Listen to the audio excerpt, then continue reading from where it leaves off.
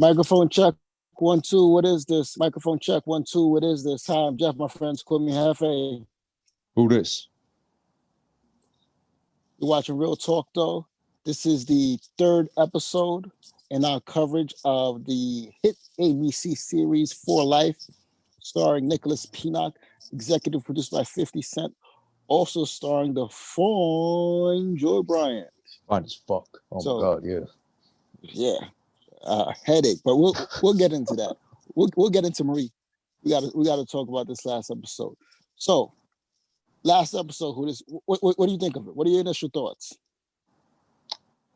Well, I know you brought up a point last time, or I think before we got on here now, about Joy or Marie, whatever her name is. I can't remember because she's so fine. She confuses me. But yeah, she's oh my God, she's a whole, I don't even want to say mess in a bad sense, just mess like she's gonna entangle you. Like Jada did fucking Summer, whatever his name is. No, August, not Summer, August, I mean.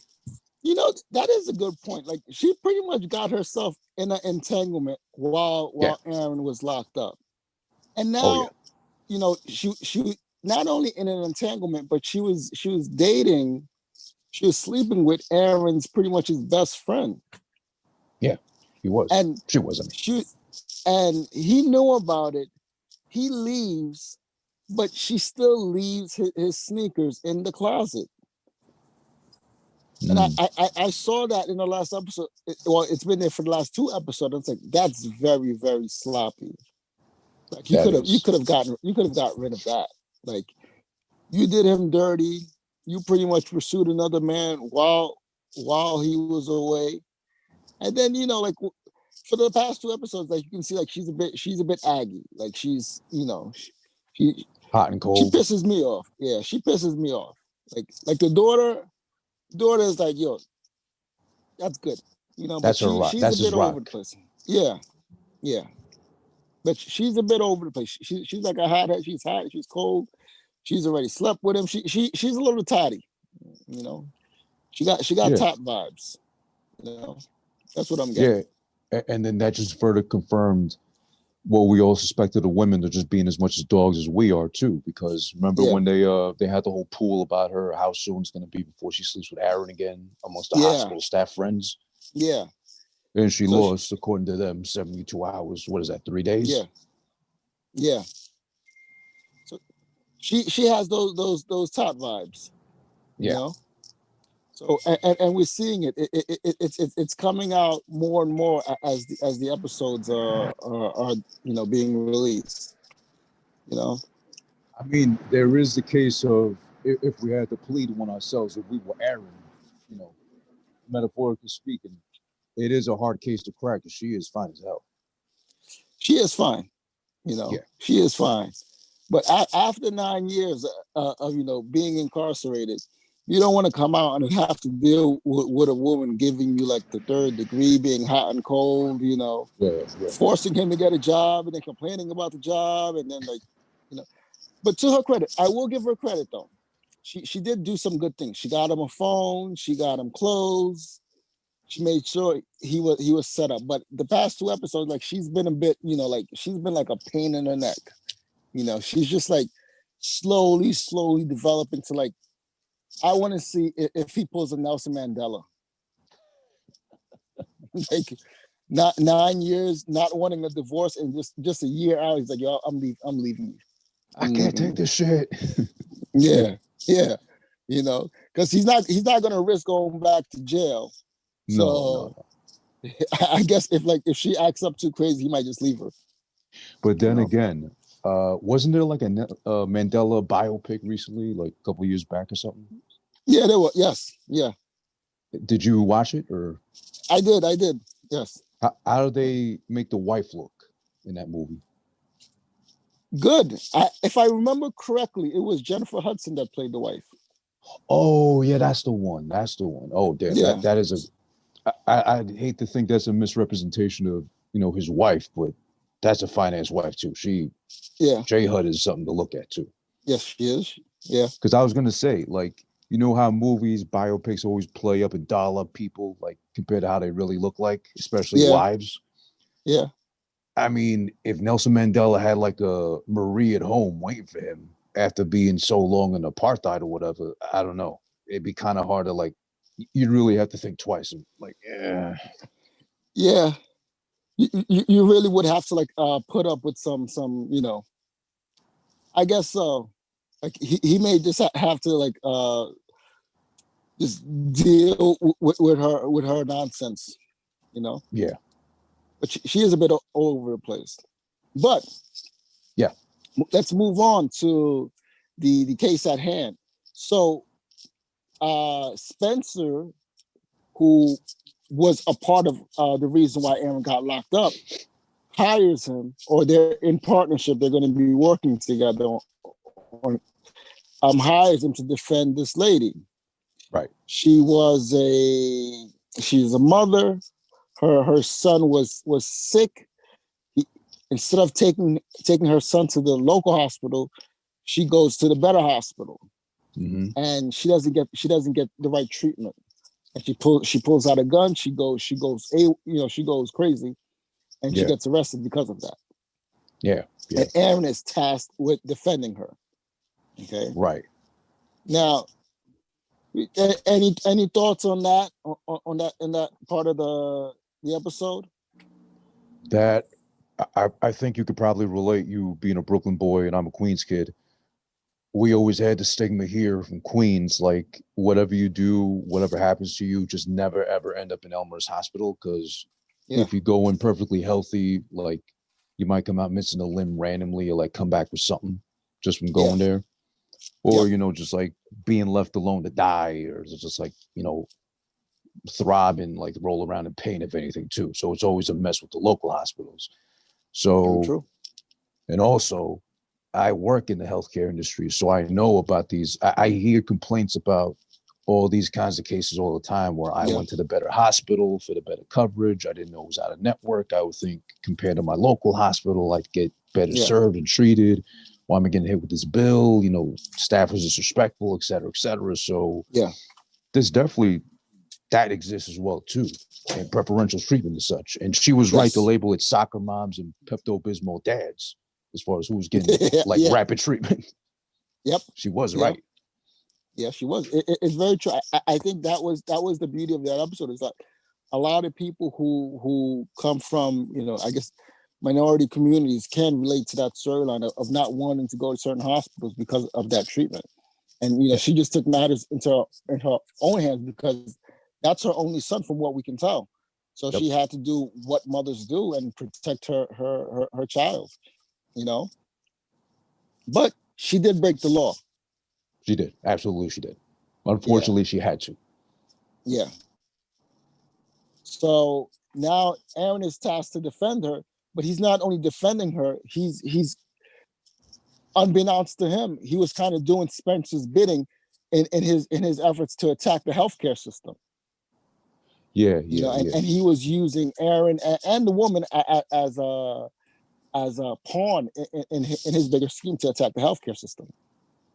So now, he's tasked with either going all the way or doing what's right by the woman. Right. Yeah. So I think in comparison, Aaron kind of ended up being, in this episode at least, kind of like how his PO officer is too, because I'm sure he doesn't want to press him like he has to, or like he's been doing so far. But he's already got his boss up his ass to be like, well, if you're not going to be my token black employee watching the other black guy that I suspect for no reason other than he's black, then I'll easily replace you, demote you, et cetera, et cetera. So yeah, he's between a rock and a hard place too, Aaron, in this case. Yeah. And what was so powerful in that is that he expressed, even though he became a lawyer, even though he had so much success, accomplishing things behind bars, his biggest issue was that he lost 9 years of his life, and he'll never be able to get that back. And if he would have lost that case, going up to Westchester, where the juror would definitely not look like any of them, it would be soccer moms and Pepto-Bismol dads. It wouldn't be in their favor. He did what was right and said, well, you should take the 4 years instead. Because if you don't take 4 years, he may end up doing 25 years. Right. If you do 25 years, by the time you get out, your son is going to be 34 and he's probably going to have his own kids. Right. You know? And have a whole misconception about her. Right. Yeah. You know, so he kind of learned from his own mistake that you don't want to lose that time. Even though you feel that you're innocent, sometimes you gotta you gotta swallow that out just so that you don't lose too much time, you know. But his case was so much, well, I want to say so much different because they pinned a lot on him that they couldn't prove. They just like happened to have somebody that fit the bill versus this lady that was like, they saw and know she did what she did. She knows it too, but it's like they kind of drove it to that instance. And you could tell in Aaron, that's what I liked about his performance so much in that particular part of him telling her basically, you might as well take the 4, because it was hard for him to even have to say that. Yeah. But then he had to explain, he had to explain that, I did my time, my story, but I could have saved myself time, like you said, had I like been smarter about it, just like taking the L instead. Yeah. Because I mean, when you think about it, if he does take the lighter sentence, or even if he allowed his attorney to plead it down, then he probably doesn't do 9 years. Not only that, Marie probably never ends up with Darius, and he never has to deal with that issue. Because you can tell that's one of the things that's weighing on him. It's like you still was with my best friend, So some of those things, and then coming out and seeing your daughter already has a child. I mean, I think even that in 9 years, you miss out so much. He's a grandfather now. Yes. I think he kind of projected all his fears on her, but it was also honest because he knew that while of course he did become a lawyer, he did help a lot of people. You lose time that you're never going to get back. Yeah. So, it's tough though. I mean, I saw that. I mean, at least in the portrayal of, it was hard for him to even have to come to terms with, well, she's going to have to do time instead of like looking at 25 plus or something, at least with a trial that they know they'll probably lose anyway. So like, why waste everybody's time? Yeah, exactly. And now he has a paralegal, and she's very like excited. The white girl. Oh yeah, the Stan. I didn't get her name. I forgot. Yeah, she was groupied out. But what do you think about her introduction into the show? You know what I fear with the character? I don't know, of course, if it's part of the story, maybe like dramatized per se. I get the feeling that with her overly well-placed intent or over enthusiasm, she might get him in trouble somehow with that. Good point. Yeah. Very good point. Because even people with like overly good intentions and whatever can like mean well, quote unquote, but then like eventually get you in hot water without them wanting to, of course. But getting overly involved in your business when you should be handling it yourself, then Yeah. And she can just the fact that she's so young and she's taking time away from law school to do this, she can easily be corrupted too, because they're still going to have it out for her. They're still going to have it out for Aaron. So it's always possible that she can be corrupted as well, depending on where they push the story. But it's always a possibility that Maskins comes back and Maskins is the one that plotted to get her there or whatever it is. So yeah. She brings some comic relief because she's a bit just a bit extra. Yeah. But we'll see where her story goes. What type of role she ends up having in Aaron's firm. Yeah, we'll see. I mean, hopefully it's for the best, but I get the feeling that she's gonna get him in like deep shit somehow. Yeah, I see that. Yeah, I think that's a good point. You know what I also saw? I see that like his daughter actually has potential to become a lawyer herself. I got that too. Yeah, the way she's able to like look up information, do research, like I think what's gonna be highlighted going forward is that while Aaron was in prison getting his law degree and doing that, she was also learning the law as well. It's like she was also doing information, and it shows you the power of love. Like she did all of that, but she's developing the skill where she can be a lawyer. She knows how to get information. She knows how to do research, and she's unlike the girl, the white girl. She's not even in law school. She's just doing it because she loves her father. So there's a lot of potential there. You know. Yeah, it's kind of like I guess I always kind of reference Kevin Hart because I'm not so much a fan of his work, or Yeah. better yet, I don't think he's funny, to be honest. But Yeah. there's no knocking his work ethic. He'll outwork, Yes. and he has outworked everybody. So Oh that's yeah. like, let's say the white girl in this case, she's got like the schooling, like the teachings and whatever to Yeah. like be set up to be properly addressed as a lawyer, but the daughter has the will and drive because of what she's seen with his dad, and because of love, she might just outshine her. Yeah. If anything, you're right. Yes. Yeah. Yeah. So that's definitely something to look out for. It's how does she honor her father? Like what does she do going forward? Yeah. I mean, you can tell like she even names her daughter after the father. So that's another Son. yeah, son, Aaron Jr. That's like, that's it shows you that she has deep love for her father, you Oh know. yeah. Yeah. You think at any It'd be point at interesting to all, see maybe how she Marie? unfolds.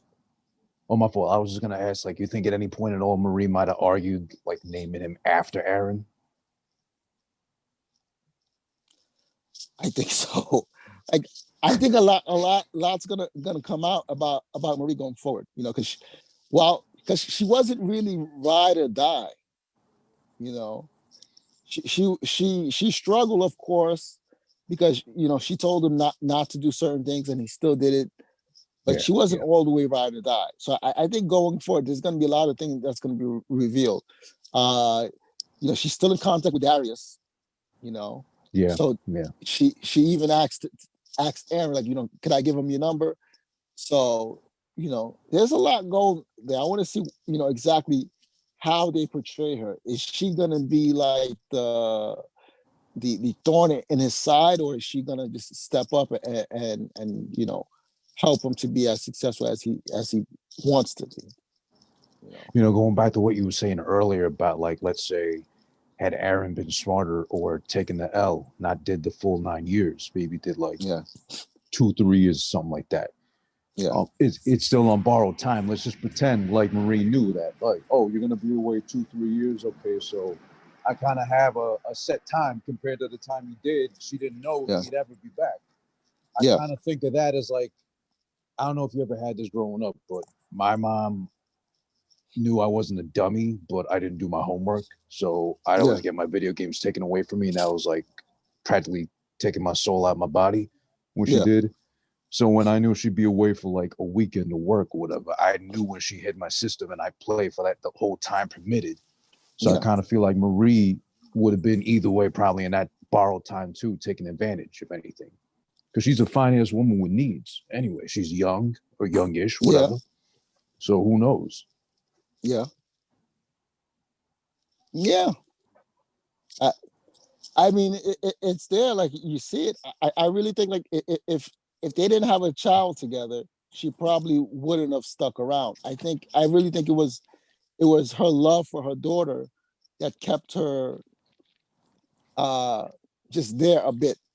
If they didn't have a child together, I'm pretty sure she would have moved on. But you see that like the daughter, she's the biggest support system, and I think she's gonna ultimately gonna be the one that keeps them together when things get tough, because I think that's the bond that they have. Darius, whatever happened with Darius, I think that's going to be a bit unforgivable. The fact that her father didn't necessarily like Aaron can play a part in it too. So, you know, Well, then you got to yeah, think of it too from the other angle, that is the daughter, because she was there when Darius was pretty much the man of the house unofficially while Aaron was away, and mom made her decision. yeah, She seemed to be okay with it just because, like, that was her dad's boy pretty much, and Darius yeah, wasn't trying to overstep boundaries. I mean, he did play the light skin role. He was like taken by the woman. He didn't take charge, so he just kind of played along yeah, with it too. And I mean, the yeah, daughter could have did mom dirty. It's like, oh, Dad, Darius did it different or whatever. Like, dad is Darius made her moan a little longer and harder or something like that, you know? I know it's your first night back, but you could try hard. It's been 9 years or something like that. That is true. Yeah, She could have been true. messy like that. Yeah, she could have. She could have. We'll see how this, like, if Aaron becomes that I'm gonna turn the other cheek type of person. Is he ultimately gonna forgive for the greater good of his life, or is he gonna hold that against Darius? Because it looks like Darius is trying to rekindle that friendship again. So, you know, And that's the thing with Darius, because yeah. No, I'm sorry. No, go ahead. Yeah, no, go ahead. No, go ahead. I'm done. Yeah. I was gonna say, because then there's also Darius. You're right, because even though he was the unwilling pawn of Marie and her needs and shit, he gave in, he buckled, instead of, I guess, ideally standing firm for his friend, his boy, whatever. Yeah. Now he wants to make good, make amends and all that to come back. Like, I wouldn't think nothing happened, because I think he's the type who's going to eat away at him. He's just going to like spill the beans himself at some point. Yeah. He might just like let it all out at some point. Yeah. Now, yeah, I'm pretty sure all of that stuff is going to have to come out, because it's going to be a test of their relationship, of their friendship, all of that. And Aaron is definitely not going to have it easy just because he made it out. I mean, in his work as a lawyer, there's still going to be a lot of things that he has to confront, and you can see that he's going to have to deal with his family life, and he's going to have to deal with that PTSD that he's not talking about at all. Like he's experiencing it, but he's not willing to acknowledge that he's going through it. Yeah, that was great. The daughter brought that up actually too. Yeah. Because of all people, she would be the one to kind of bring it out of him or make him confess at some point. But yeah, he's still trying to play the image of like, no, of course not, I'm fine or whatever. Yeah, yeah, and that's surprising. Like it seems like that some of the habits that he had before he went into jail, he's exhibiting them now. Like he was a bit hard headed when he was out, and he's still exhibiting that now, because it would just be so easy for him to say, yeah, I'm going through PTSD. Let me just go see a therapist, or let me express that to my PO to see what they can do. That would be the easy thing to do, but it seems like he's still being stubborn about it, and I think that it won't bode well for him going forward. Because I think maybe that's him being stubborn in the case of he did all he did in prison, become a lawyer, certified and all that shit too. Yeah. But then having to own up to what's expected of somebody having been in jail that long, 9 years and such. PTSD is normal. Being jumpy, being like fidgety is normal. And then I guess is that in a conflict of him having to own up to that part, but then remembering, wait, I'm a lawyer and I became a lawyer in prison. I can't give into that, because then I'm just a stereotype of who came out of prison trying to reform. True. Yeah. So I think he's definitely got demons that he inherited. Oh yeah. Yeah. And he has played that lawyer card a couple of times with the PO. He's like, the PO asked him, do you want to go to a halfway house? Do you need help finding a job? And he played that. He's like, I'm a lawyer. Yeah.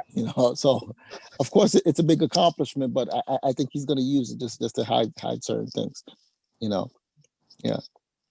So you're watching Real Talk, though. Hi, I'm Jeff. My friends call me Hefe. Who this? We're discussing the third episode of For Life on ABC. The Necessity Executive Defense. Produced by 50 Cent. Yes. Starring Nicholas Pinnock and Joy Bryant. Now, Spencer, who looks like he's gonna have a role in the show going forward. How do you think him and Aaron continue to butt heads? Like, what do you think how that relationship is gonna unfold? I think they're definitely gonna butt heads, mostly because of Aaron, and you can't blame him either. But I think ultimately it seems like Spencer might end up like warming up to Aaron, like kind of letting him do what he has to, what he wants, just because he knows deep down, besides him being a major factor, him going away so long, he is a good guy and he's good at what he does. So better to be on his good side and let him he's kind of like that wild Mustang. Like He's a thoroughbred, but he can't tame. Yeah, yeah. I think that's what whatever Spencer is used to doing, or the way he's used to getting his way. I don't think it's going to work too well in his relationship with Aaron. I think, yeah, he is going to have to do more compromising in order for him to get what he wants. Yeah. Oh, you there? Like, there was that scene where the probation officer came to court to see Aaron, in his environment. And then he turns away and he gives him that look, like, you see, like he's a bull. Like he's like, he's my Michael Jordan, like he took so much pride in him. I think we got everything. I was really pleased by the acting overall in this episode, especially again, going back to Aaron, having to break down the sentence comparison to the lady, and I guess talking sense into her about what to do and what not to do. Yeah, definitely. I mean, we can probably both agree on Marie is fine as hell. Shout out to her in real life. Joy Bryant, I believe the name is. Yes. Yep. She plays a thotty a little too well, so I think, can't be too far from how she is in real life. No diss in that sense, but I mean, come on, you're that fine looking. Come on, you're bound to bring trouble anywhere you go. Oh yeah, yes, yeah. She's accustomed to getting away. Yeah, definitely. Definitely, no question there. And also, you could probably relate way better than I could, obviously. But shout outs to the guy, the black dude they were talking to with the lady that filed the suit against the hospital about racial injustice. That guy had a fucking awesome beard. His beard game was strong. Yeah. Yeah, it was like Santa Claus, like with a fade and touched up, whatever, but it was like impeccable, that beard. Yeah, beard game was strong. Yeah, I agree. Yeah. Now, did you notice this? And then we'll wrap up. Did Aaron get a new suit? It looked like he got a new suit and a new tie. You got a new shade of gray. Yeah, it's a different shade of gray. It's not as snug as it used to be. He's not like not as no. Yeah. So it looks like he's stepping it up. Yeah, yeah. He's a bit more relaxed. Yeah. You would hope so, at least. But yeah, I mean, with the PO around, he might just scrunch up again. This is true. Yeah. All right. I think we covered everything. I don't know if looks like it. All right. So this has been Real Talk, though. I'm Jeff. My friends call me Hefe. Who this? Be sure to continue following For Life throughout the season. We'll be covering every episode. We'll be recapping every episode. Feel free to comment, subscribe, follow us on Instagram at ReelTalkTho. Like us on Facebook at ReelTalkTho. Follow us on Twitter at ReelTalkTho_.